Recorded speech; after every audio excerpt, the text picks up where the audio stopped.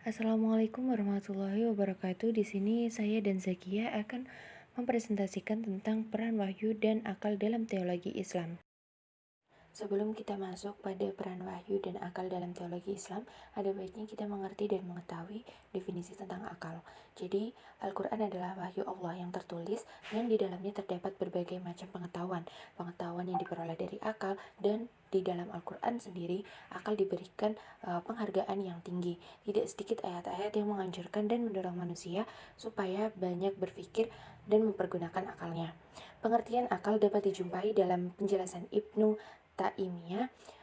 Lafaz akal adalah lafaz yang mujmal, yang artinya bermakna ganda, sebab lafaz akal mencangkup tentang cara berpikir yang benar dan cara berpikir yang salah.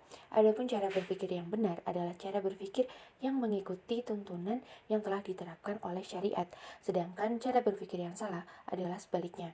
Dalam Kamus Besar Bahasa Indonesia, akal adalah daya pikir untuk memahami sesuatu dan kemampuan melihat cara-cara memahami lingkungannya. Adapun secara istilah, akal memiliki arti daya berpikir yang ada dalam diri manusia dan merupakan salah satu dari jiwa yang mengandung arti berpikir. Bagi Al-Ghazali, akal memiliki beberapa pengertian. Yang pertama, sebagai potensi yang membedakan dari binatang dan menjadikan manusia mampu menerima berbagai pengetahuan teoritis. Kedua, pengetahuan yang diperoleh seseorang berdasarkan pengalaman yang dilaluinya. Dan akal akan memperhalus budinya. Yang ketiga, akal juga merupakan kekuatan insting yang menjadikan seseorang mengetahui dampak dari semua persoalan yang sedang dihadapinya, sehingga dapat mengendalikan hawa nafsunya. Itu merupakan definisi. Setelah kita mengetahui tentang definisi akal, mari kita beranjak ke definisi wahyu. Wahyu adalah sabda Tuhan yang mengandung ajaran, petunjuk, dan pedoman yang diperlukan oleh umat manusia dalam perjalanan hidupnya, baik di dunia maupun di akhirat, yaitu yang sudah tertulis di dalam Al-Quran. Wahyu sendiri dalam Al-Quran juga disebut dengan kata al-wahyu, yang berarti yang memiliki beberapa arti, seperti kecepatan dan bisikan. Menurut bahasa, wahyu mempunyai arti pemberian isyarat, pembicaraan rahasia, dan juga menggerakkan hati. Sedangkan menurut istilah adalah wahyu merupakan pemberitahuan yang datangnya dari Allah kepada para nabinya, yang di dalamnya terdapat penjelasan-penjelasan dan petunjuk kepada jalan yang lurus dan benar. Dalam Islam, wahyu yang disampaikan Allah kepada Nabi Muhammad SAW melalui Jibril mengambil bentuk Al-Quran. Wahyu juga turun untuk memberikan penjelasan tentang perincian hukuman dan balasan yang akan diterima oleh manusia di akhirat kelak. Wahyu itu adalah suatu kebenaran yang datangnya dari Allah kepada manusia tertentu.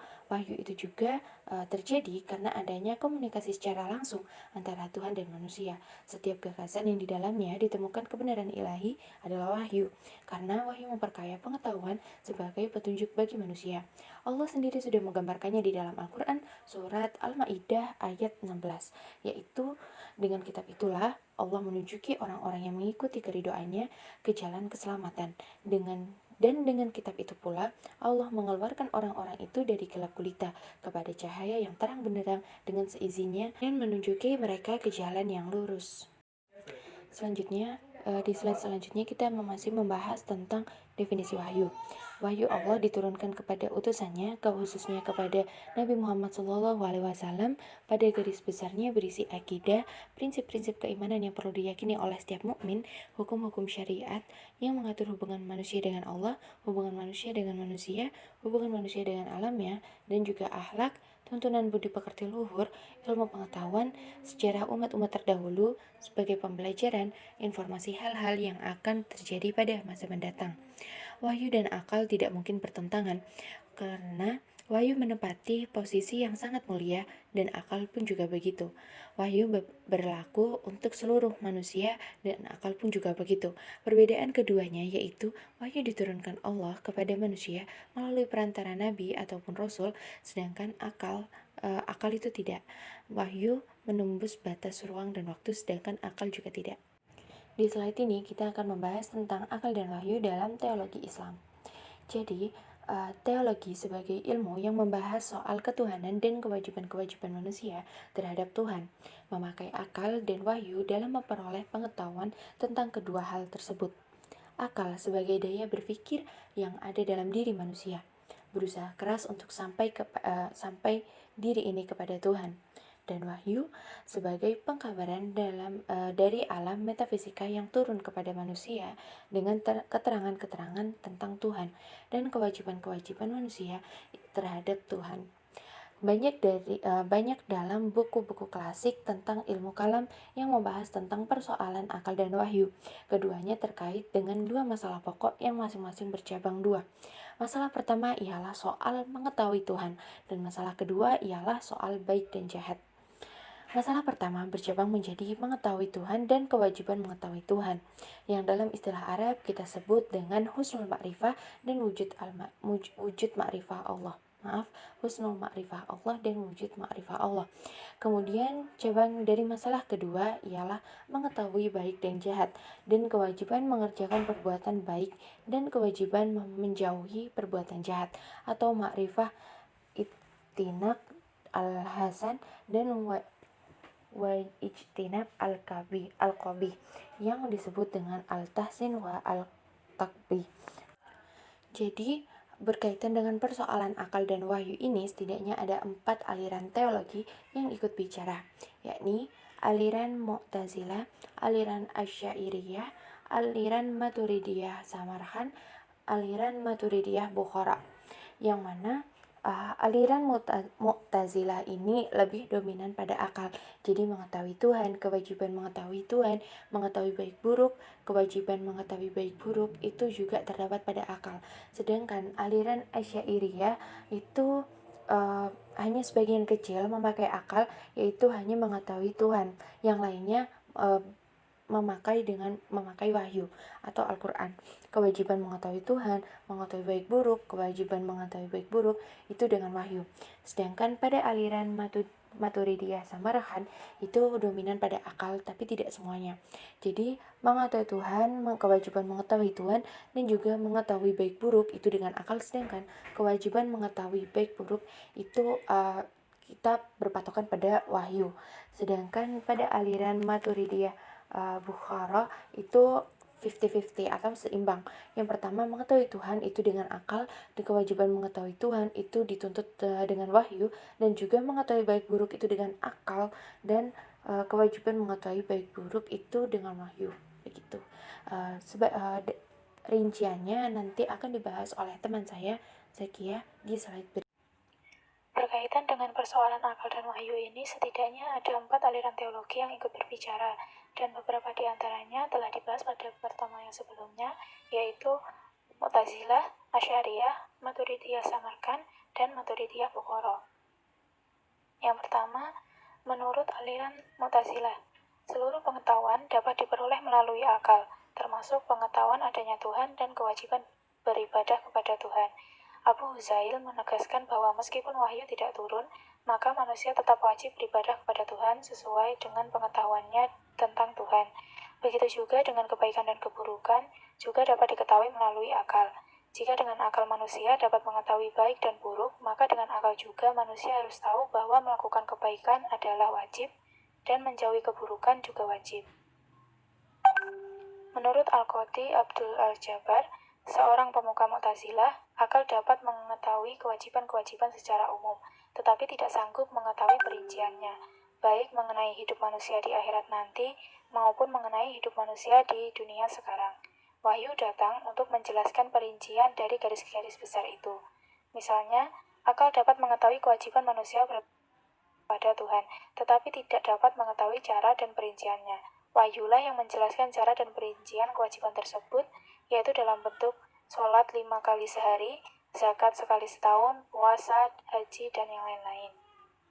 Dapat disimpulkan bahwa kaum Mu'tazilah, meskipun mereka memberi daya yang kuat kepada akal, mereka tidak membelakangkan wahyu, tetapi tetap berpegang dan berhajat pada wahyu. Bagi kaum Mu'tazilah, segala pengetahuan dapat diperoleh dengan perantara akal, dan kewajiban-kewajiban dapat diketahui dengan pemikiran yang mendalam. Akal juga mempunyai fungsi dan tugas moral, yaitu sebagai petunjuk jalan bagi manusia dan yang membuat manusia menjadi pencipta perbuatan. Yang kedua yaitu menurut Asy'ariyah. Semua kewajiban manusia hanya dapat diketahui melalui wahyu. Jika wahyu tidak turun, maka tidak ada kewajiban bagi manusia, karena akal tidak mampu membuat kewajiban tersebut. terutama kewajiban beribadah kepada Tuhan dan kewajiban untuk melakukan yang baik serta kewajiban untuk menjauhi yang buruk. Adapun berkaitan dengan mengetahui Tuhan, Asy'ariyah sepakat dengan Mu'tazilah, yaitu dapat mengetahui melalui akal. Sedangkan mengetahui yang baik dan yang buruk, akal tidak mampu karena sifat baik dan sifat buruk sangat terkait dengan syariat. Sesuatu disebut baik jika dapat pujian syariat, dan dianggap buruk jika dikecam oleh syariat. Karena pujian dan kecaman tersebut bersumber dari wahyu, maka sesuatu dapat dikatakan baik atau buruk juga melalui wahyu. Akal tidak dapat membuat sesuatu menjadi wajib dan tidak dapat mengetahui bahwa mengerjakan yang baik dan menjauhi yang buruk adalah wajib bagi manusia.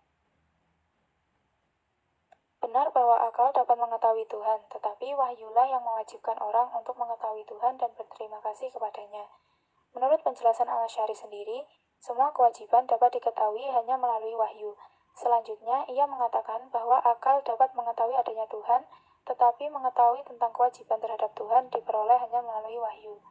Bagi Asy'ariyah, bahkan akal tidak dapat mengetahui kebaikan dan kejahatan. Sekiranya tidak ada wahyu, manusia tidak akan dapat membedakan antara apa yang baik dan apa yang buruk. Contohnya yaitu Al-Asy'ari menjelaskan bahwa berdusta adalah perbuatan yang jahat, karena wahyu menentukan demikian. Sekiranya wahyu mengatakan berdusta adalah perbuatan yang baik, maka itu pasti akan dianggap baik. Dan jika berdusta diwajibkan Tuhan, maka ia pasti bersifat wajib. Asy'ariyah menjelaskan pengertian wahyu sebagai lebih tinggi daripada akal. Wahyu yang dibahas di sini adalah Al-Quran dan hadis. Sehingga, wahyu merupakan sumber utama dari pengetahuan, sedangkan akal merupakan pikiran yang diperuntukkan untuk memahami dan bukan sumber dari pengetahuan. Akal hanya dapat mengetahui keberadaan Tuhan, tetapi wahyu yang mewajibkan manusia mengetahui Tuhan dan berterima kasih kepadanya. Ibnu Abi Hasyim, salah satu tokoh Asy'ariyah, mengatakan bahwa akal hanya mengetahui perbuatan yang membawa kepada kemudaratan, akan tetapi tidak akan pernah tahu perbuatan yang masuk pada kategori perbuatan baik dan buruk.